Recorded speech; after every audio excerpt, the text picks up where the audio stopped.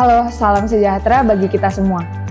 Perkenalkan, saya Renova Panjaitan, STMT, dosen tetap program studi Teknik Kimia, Fakultas Teknik dan Sains Universitas Pembangunan Nasional Veteran Jawa Timur. Video ini saya buat untuk melengkapi dokumen pernyataan diri dosen dalam unjuk kerja Tridharma Perguruan Tinggi atau PDD UKTPT, khususnya bidang pengajaran. Pada kesempatan ini, saya akan menjelaskan tentang salah satu mata kuliah yang saya ampu, yaitu Transport Fenomena atau proses perpindahan.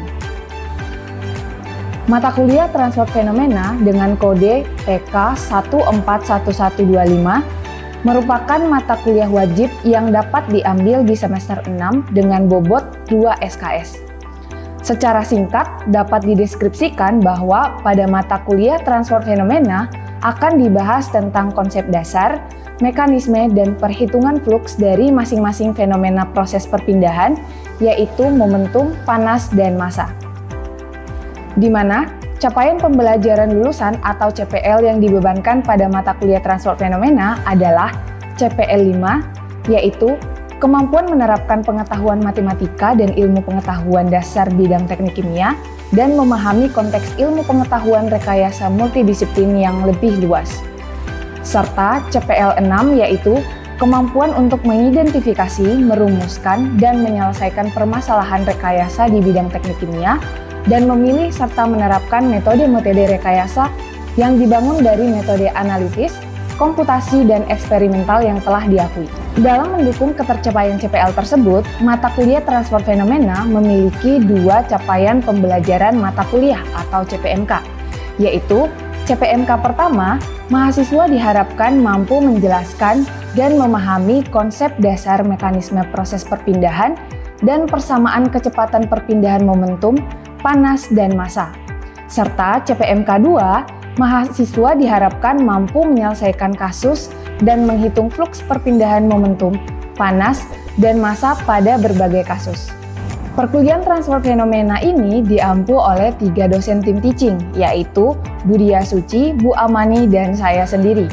Dalam pelaksanaan perkuliahan ini, kami membagi penyampaian materi menjadi minggu pertama sampai dengan minggu kelima akan membahas proses momentum yang dibawakan oleh Bu Amani. Minggu ke-6 dan ke-7 akan membahas proses perpindahan panas yang dijelaskan oleh Budia Suci, lalu minggu ke-8 akan diadakan evaluasi, lalu minggu 9 dan 10 akan dilanjutkan kembali mengkaji proses perpindahan panas.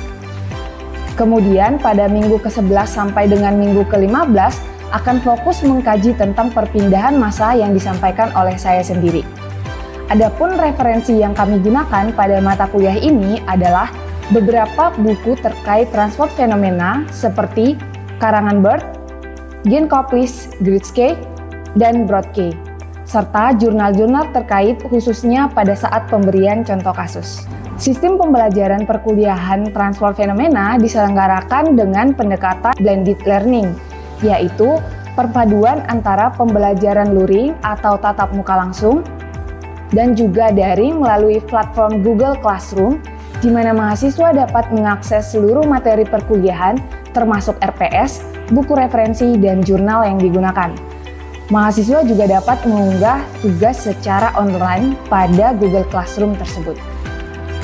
Metode pembelajaran yang saya gunakan dalam perkuliahan ini adalah ceramah interaktif dan study case, di mana pada ceramah interaktif saya akan memaparkan materi dan mengkaitkannya dengan konteks yang dapat dijumpai oleh mahasiswa dalam keseharian mereka, serta mengajak mahasiswa untuk berpikir dan menganalisis konteks yang relevan dengan peran kelak mereka sebagai lulusan teknik kimia. Dalam hal tersebut, terjadi diskusi dan tanya jawab dalam kelas. Sementara pada study case, mahasiswa akan menyelesaikan beberapa kasus secara berkelompok. Kemudian masing-masing perwakilan akan memaparkan hasil diskusi tersebut di dalam kelas. Untuk sistem penilaian yang kami gunakan mengacu pada ketentuan Curriculum Outcome Based Education atau OBE, yaitu berdasarkan kelulusan CPMK, di mana CPMK 1 yang mendukung ketercapaian CPL 5 diberi bobot 40%, yang dievaluasi melalui pemberian tugas dan ujian. Sementara pada CPMK 2 mendukung ketercapaian CPL 5 diberi bobot 60% yang dievaluasi berdasarkan pemberian tugas, ujian, dan keaktifan mahasiswa sehari-hari. Untuk tahapan selanjutnya, marilah kita simak video micro teaching mata kuliah transfer fenomena berikut ini.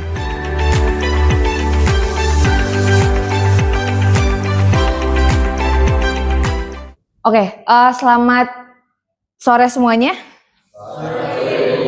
Oke, gimana kabarnya? Masih semangat untuk mengikuti perkuliahan di jam ketiga ini? Oke, jadi sekalipun teman-teman nanti udah lapar atau ngantuk, boleh minum dulu. Oke, baik. Jadi selamat datang di perpindahan masa ya. Dimana di pertemuan 11 bersama saya dengan Renova Panjaitan. Nah, pada pertemuan ini kita akan mengkaji terkait dengan proses perpindahan massa.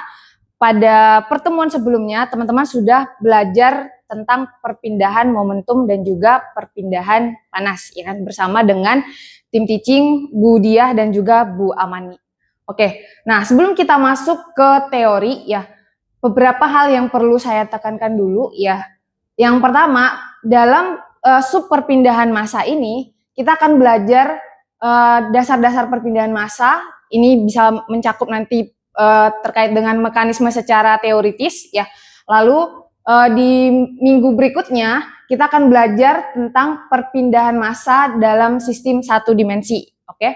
Nah, di minggu kedua 12 ini kita akan mengkaji berdasarkan pendekatan matematis atau persamaan, ya. Lalu berikutnya kita akan belajar koefisien difusivitas, dan terakhir nanti minggu 13 dan 14 kita akan belajar bagaimana mengaplikasikan persamaan yang udah kita dapatin di berbagai kasus. Contohnya di stagnan film, ekumular berlawanan arah, dan juga kalau misalnya ada perpindahan massa disertai dengan reaksi. Oke, nah referensi yang kita gunakan di sini ada saya tuliskan beberapa. Teman-teman bebas ya, yang punya buku apa aja boleh dibawa ya, mau soft file atau hard file juga nggak masalah. Nah, tapi yang jadi referensi utama yang akan saya pakai itu adalah BERT ya. Sampulnya kurang lebih seperti ini. Oke. Nah, kita juga nanti bisa gabung dari jurnal. Oke, jadi biar up to date kayak gitu. Oke. Selanjutnya, nah di proses perpindahan massa ini ya, ada dua CPMK yang perlu ditekankan, yaitu yang pertama, teman-teman diharapkan mampu menjelaskan dan memahami konsep dasar. Nah, secara khusus perpindahan massa, dan yang kedua yaitu menyelesaikan dan menghitung fluks perpindahan massa. Oke, nah untuk penilaiannya itu di sub perpindahan massa 35%, di mana nanti yang akan dibagi menjadi tugas 10%, EAS 20%, dan juga 5% dari keaktifan teman-teman. Oke, nah ketika nanti teman-teman mengerjakan soal, ya usahakan kalian mengingat kriteria ini yang menjadi poin pertimbangan dalam pemberian poin di nomor soal seperti itu. Oke, nah selanjutnya di minggu ke-16 ya, ini adalah evaluasi akhir ya. Nanti ada kesempatan perbaikan seperti itu. Nah, jadi ini adalah kontrak untuk sub perpindahan massa. Sejauh ini ada yang mau ditanyakan nggak? Oke, silakan.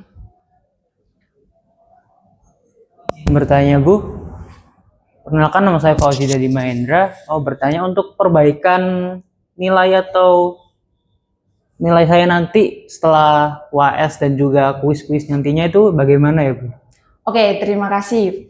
Nah, untuk perbaikan itu nanti akan dilakukan apabila nilai teman-teman itu di bawah B- atau 65. Nah, kalau misalnya dapatnya udah 65, nah itu nggak usah diadakan, nggak usah mengikuti perbaikan seperti itu.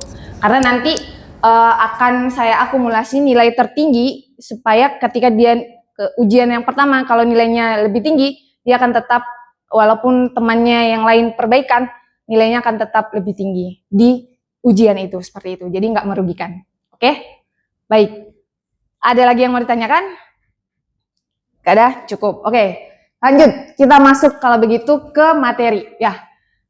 Yang pertama yaitu kita akan belajar dasar perpindahan massa. Nah, sebelum kita masuk ke proses perpindahan massa ini, saya mau review dulu. Kira-kira ada yang bisa atau ada yang masih ingat nggak perpindahan momentum itu seperti apa dan perpindahan panas itu seperti apa? Saya, Bu. Oke, silakan Hansel, boleh berdiri. Jadi untuk perpindahan momentum yaitu perpindahan dari kecepatan atau gerak suatu fluida. Jadi yang berpindah di sini itu kecepatan atau momentum dari suatu fluida tersebut, Bu. Kemudian untuk driving force-nya yaitu perbedaan kecepatan dari fluida yang satu dengan yang lainnya. Kemudian untuk yang transfer panas yaitu perpindahan energi atau kalor. Jadi yang berpindah dari transfer panas itu energi thermal atau yang bisa disebut dengan panas. Kemudian untuk driving force dari transfer panas ini yaitu perbedaan suhu. Jadi panas akan selalu berpindah dari suhu yang tinggi ke suhu yang lebih rendah. Oke, terima kasih Hansel. Nah, benar ya. Jadi kalau di perpindahan momentum, teman-teman, kata kuncinya itu adalah bahwa perpindahan momentum itu terjadi akibat adanya perbedaan kecepatan, ya kan? Kalau misalnya di perpindahan massa berarti ada perpindahan panas maksud saya, itu berarti ada perbedaan suhu, oke? Nah, itu yang menjadi driving force-nya. Nanti kita akan kaji bagaimana kalau misalnya di perpindahan massa, oke? Nah, sebelum ke situ, saya mau tanya lagi nih. Kira-kira kenapa sih kita perlu belajar perpindahan massa? Ya, atau kenapa kita perlu belajar perpindahan secara keseluruhan? Ada yang bisa bantu jawab nggak? Saya, Bu. Oke, Bintang. Jadi untuk kenapa kita perlu mengetahui perpindahan massa di teknik kimia sendiri itu ada namanya unit operasi yang dimana di suatu komponen itu ada perpindahan massa untuk mengetahui bahwasanya apakah efisiensi dari unit operasi itu dan bagaimana kita menyikapinya. Kemudian ada namanya juga bagaimana suatu komponen itu juga berproses dalam suatu unit. Itu. Oke, terima kasih. Ada lagi yang mau menambahkan? Gak ada? Oke. Nah, jadi alasan kenapa kita perlu belajar perpindahan massa itu adalah seperti yang disampaikan oleh temannya tadi ya, Bintang, bahwa kita kan sebagai seorang teknik kimia ya, engineer ya, harapannya lulus nanti kita menjadi engineer di plant contohnya. Nah, berarti di pabrik itu ya kan ada yang namanya unit operasi ya.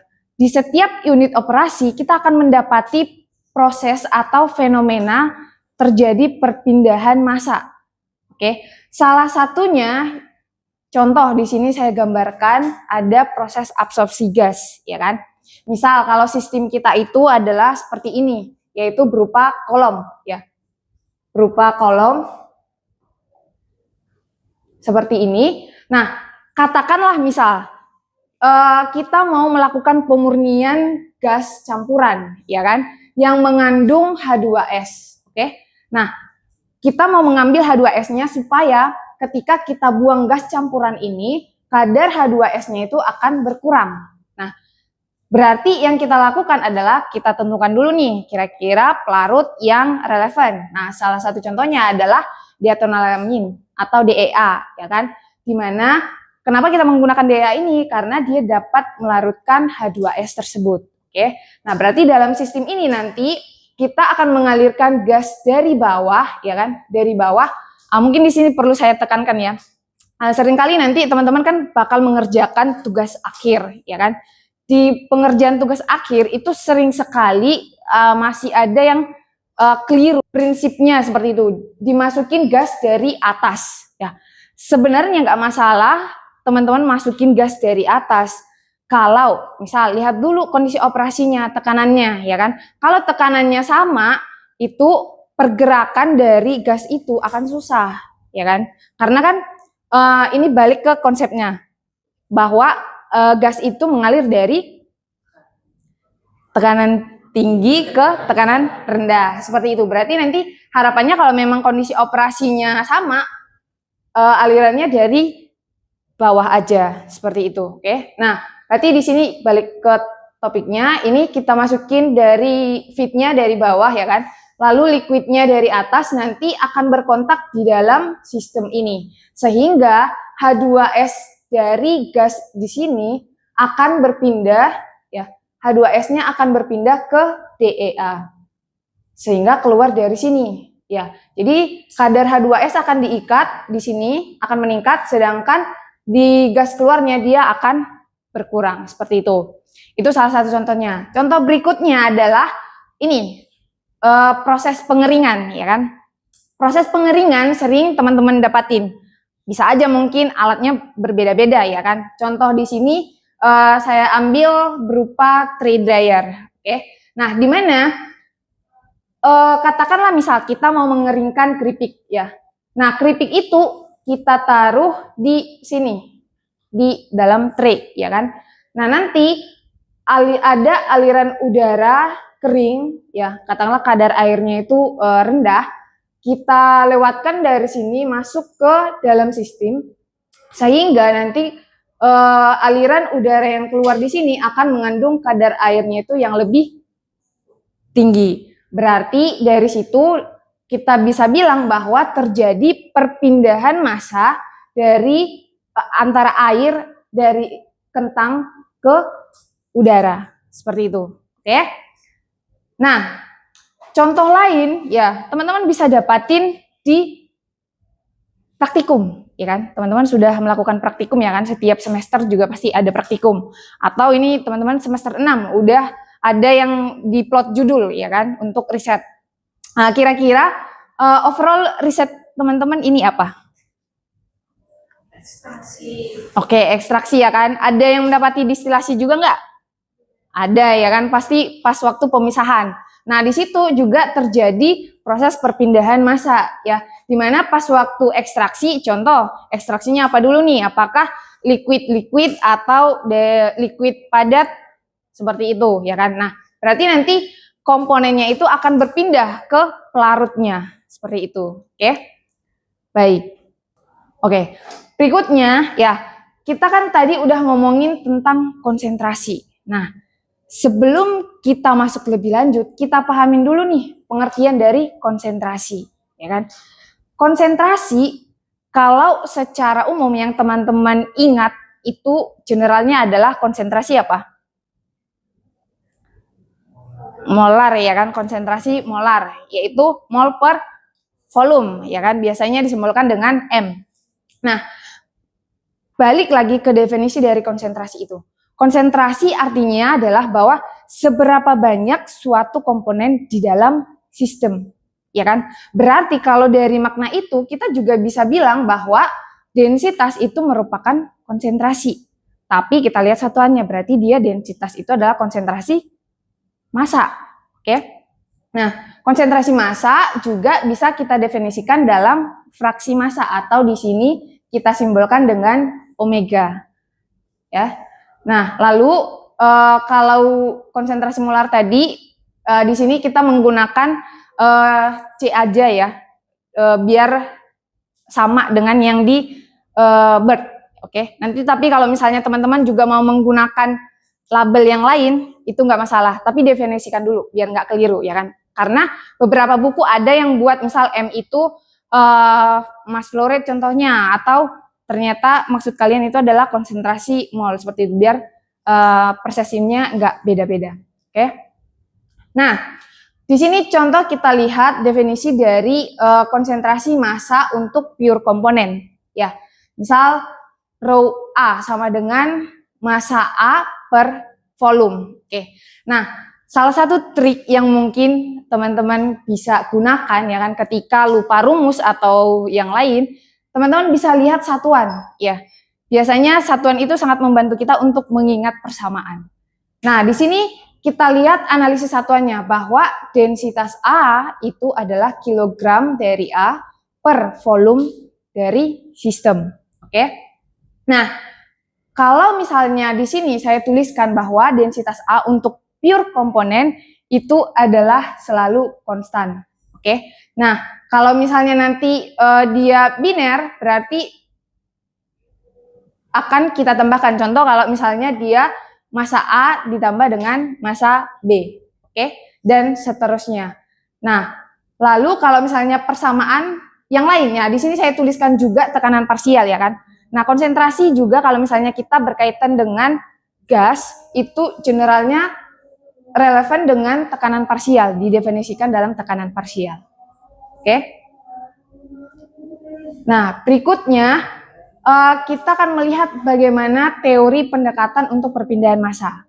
Salah satunya adalah teori yang disampaikan oleh Nernst, di mana dia menyebutkan bahwa ketika liquid atau gas itu berkontak dengan padatan, maka dia akan membentuk suatu lapisan stagnan yang disebut dengan lapisan stagnan film. Nah, lapisan stagnan itu di mana? Di sini. Jadi ini adalah solidnya. Ini katakanlah contoh adalah gasnya, badinya, body gas. Nah, teman-teman bisa lihat bahwa ketika misal gasnya itu mau menuju atau berpindah ke padat, maka konsentrasinya di lapisan stagnan ini akan berkurang. Jadi lapisan stagnan ini menjadi resistance atau tahanan di dalam sistem itu. Oke? Nah, bagaimana kalau misalnya teori double film? Nah, kalau teori double film, contohnya kalau ada liquid atau gas berkontak, maka di kedua sisi, ya, di kedua sisi ini, di cairnya dan juga di gasnya, contoh, itu akan terbentuk lapisan film seperti ini. Oke, jadi kalau misalnya nanti, tapi yang akan kita gunakan kalau misalnya di kasus-kasus yang akan kita bahas, itu biasanya kita melihat dari satu sisi. Jadi biasanya diasumsikan, contoh, apakah tahanan di lapisan filmnya itu diabaikan. Kalau misalnya ini diabaikan, berarti ini nanti konsentrasinya akan seperti ini. Berarti kalau seperti itu, yang mana yang kita tinjau sistemnya, berarti misal yang ini. Seperti itu, oke? Itu yang akan kita kaji untuk perpindahan massanya dalam menentukan sistem berikutnya. Ini ada sedikit lagi, ya. Dalam penentuan sistem, ya kan? Dalam penentuan sistem, contoh, kaitannya dengan teori yang tadi itu sangat relevan, ya. Misal di sini kalau kita katakanlah sistemnya itu ada helium, ya, ada helium di dalam katakanlah satu bejana, ya, bejananya di sini. Nah, dikatakan kalau asumsinya bahwa konsentrasi helium di dalam sistem ini baik dia secara radial, misal kalau ini dia tabung berarti ke arah R-nya itu kita asumsi sama. Nah, bedanya contohnya perpindahan massa yang terjadi itu ke arah Y. Artinya apa? Teman-teman ingat lagi bahwa kalau di proses perpindahan itu kita sangat rentan dengan arah. Ya, jadi usahakan membuat koordinatnya dulu. Oke. Nah, misal kalau di sini katakanlah sumbu Y-nya itu ke atas, sumbu Y positif. Ya, sumbu Y positif ke atas. Berarti kalau teman-teman ditanya nih, sistem yang mau dikaji itu yang mana? Apakah gas di sini atau silikanya? Silika, ya kan? Kenapa? Karena perbedaan konsentrasi, ya, perbedaan konsentrasi helium, ya kan? Tadi sebelumnya kan, katakanlah di silika ini konsentrasi heliumnya itu masih rendah, sedangkan konsentrasi helium di sini itu tinggi, maka dia akan berpindah dari konsentrasi tinggi ke konsentrasi rendah. Nah, demikian juga misal sistem yang kedua, ada liquid berevaporasi ke dalam fase gas. Oke, contoh ini kasusnya evaporasi, ya kan? Nah, kalau misalnya teman-teman mau ditanya nih berapa banyak gas A, atau komponen A lah ya, komponen A yang berpindah ke fase gas, berarti kira-kira sistem yang mau kita tinjau, gampangnya itu apakah liquidnya atau gasnya? Gasnya, ya kan? Gasnya, karena konsentrasi awal dari komponen A di gasnya ini itu rendah, sedangkan di sini itu tinggi. Oke. Nah, kalau di sini tadi asumsinya dia masih perpindahan massanya itu ke arah Z.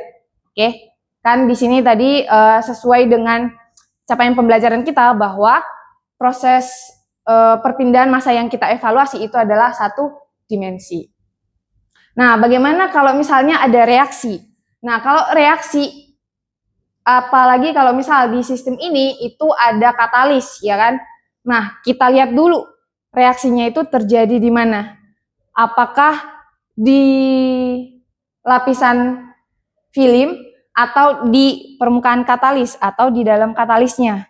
Maka nanti bagaimana kaitannya dengan di persamaan hukum kekekalan massa, ya itu kan ada generasi, ya kan? Apakah kita menghitung generasi berdasarkan reaksi atau enggak, itu tergantung dari jenis reaksinya. Kalau misalnya dikatakan reaksinya itu instantaneous, jadi artinya setiap reaktan yang menyentuh permukaan katalis dia akan langsung habis, ya kan? Berarti nanti sistem kita yang bagian sini, karena konsentrasi katakanlah reaktannya itu tadi A, ya kan? A setiap menyentuh sini udah habis asumsinya, berarti nggak ada lagi di sini. Berarti perbedaan konsentrasinya yang terjadi di bagian sini, seperti itu. Oke, baik, mungkin itu saja untuk hari ini. Ya, sejauh ini ada yang mau ditanyakan?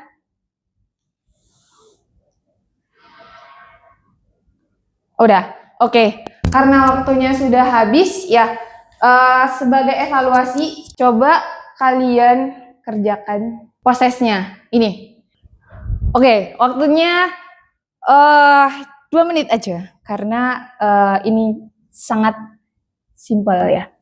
Apakah sudah semua? Coba kita lihat ya. Dari prosesnya semuanya benar. Wah, luar biasa. Tepuk tangan untuk itu. Baik, kalau begitu ya kita akhiri untuk hari ini ya.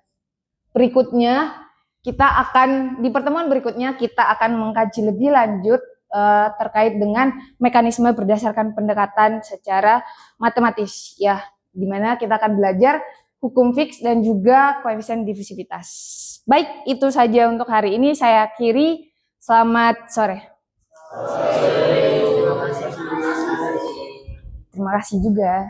Demikian video ini dibuat sebagai syarat untuk partisipasi pada sertifikasi dosen tahun 2026. Terima kasih.